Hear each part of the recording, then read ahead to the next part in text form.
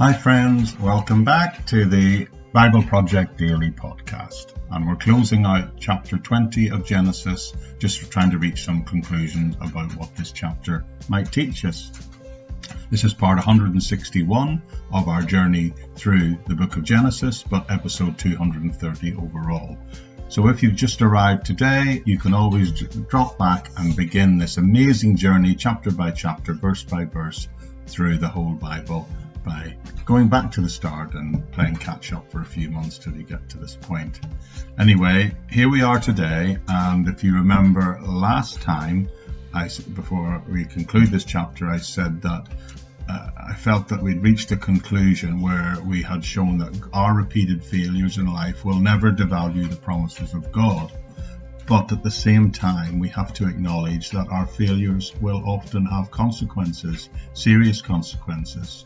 And it's those consequences that I want to look at today. Now, Hebrews chapter 12, for example, very clearly teaches at length that God sometimes will choose to discipline us for our actions. And one of the most surprising parts of this story is that even though that Abraham is seen to have failed repeatedly, catastrophically some might say, yet God still refers to him throughout the narrative of this story, right to the end, as a prophet.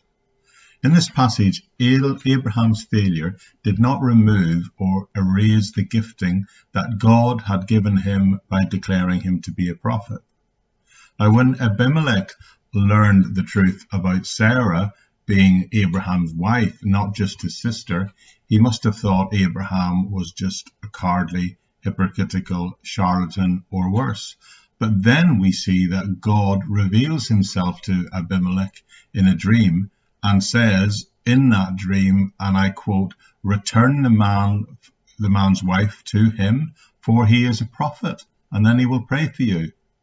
So God is not seen to ignore Abraham's sin, but he will deal with that later with Abraham in his way. But Abraham's sin and his failures did not change God's view of him. He still called him a prophet. He still referred to him as a prophet, and he still referred to him in the lives of other people as a man chosen for a particular purpose.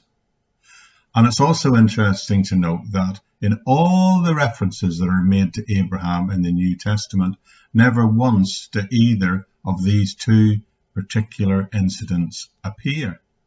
Nothing is there to highlight Abraham's failure, not in Romans, not in Galatians, not even in Hebrews chapter 11, that great roll call of faith in which Abraham is mentioned in some detail. Now, maybe that's why a lot of Christians today don't even know about the sin that occurred in Abraham's life, because maybe they don't read the Old Testament. They don't know that he made these mistakes. They don't even know that this particular sin occurred not just once, but twice. And this tells me that God remains gracious to everyone, even when it comes to their sin. He does not hold it against us if we come to him in faith and repentance. So I have one more observation to make on this chapter before I close, and it's just a particular truth here that I think is contained within it that I think is often missed or misunderstood. Now, I pointed out early in the series that Abraham was a man of faith, and that the life story recorded in Genesis was going to tell and show how his faith was tested over and over again. The events described here are the warts and all story of Abraham and the tests of his faith. But let's think about that for a minute. First Peter says that God tests our faith as if it were gold refined by fire. Now, this is what is often, I believe, misunderstood here. God often tests our faith and we go through hard times, but he does that in order to refine us. Take the imagery of refining gold that is used throughout the Bible, particularly in the New Testament. And there's a wonderful passage in the book of James that might be worth digging into if you've got the time. The image of refining gold doesn't change the gold. It just keeps removing the impurities. Refining is about having the dross removed and the other impurities taken away. what the fire does is it burns off the dross, which rises to the surface and is scooped off, leaving so that what is left is a purer and purer form of gold. Now, the whole point made throughout this chapter is that although Abraham is declared to be a man of faith, although he's declared to be a prophet of God, yet he disobeys God. And because of this, as he progresses through life, God gets to burn off the dross, leaving him better and more faithful and spiritually mature in the process, which is why the New Testament writers use him as the great example of the life of faith. We will see later in the book of Genesis, he becomes a man who has really matured in his faith. But he didn't start out that way, friends. If you go back to when he was called by God to leave Ur of the Chaldees, he was called to leave his family, and he promptly left, yes, but he took his father and his brother with him. So in the beginning of his story, he had faith, but that faith was mixed with doubt. Sometimes it was mixed with disobedience, and on some occasions, even deception. And maybe that's how we all are when we begin our journey of faith as new believers. God let Abraham suffer the consequences of his actions in order to burn off those things so that what was left was pure. And I think that's what's going on in our lives when we're struggling or suffering.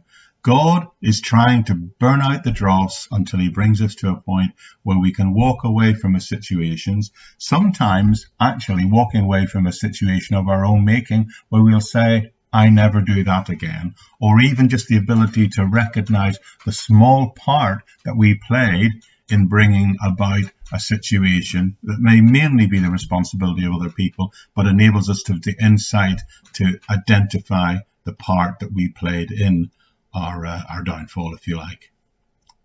Now, it's really important to know that that means that we, at the end of this process, can end up more spiritually mature. But here's an important thing to bear in mind, which a lot of people don't really take account of. Remember, the account of things written in this book were written by Abraham himself. So why did Abraham record such a negative view of himself throughout this book? The lesson is, he is a man who trusts in God and is refined and blessed by doing it. He's saying, look at me. I lied, he said. I deceived people, but I want you to know that I learned from this. And what I learned to do was trust the Lord. So Abraham is saying, by reading this, learn from my mistakes. Don't try and deceive people, and don't ever try and deceive the Lord. I think that's what Abraham learned through his life, and I think it's what we all can learn when we're going through the fire. God will use the difficult times in life to burn off the dross so that our faith can grow stronger and we can reach a greater level of spiritual maturity. And thanks be to God for that. Okay, that's it for today. We've concluded chapter 20. And we'll launch off again tomorrow when we look at chapter 21.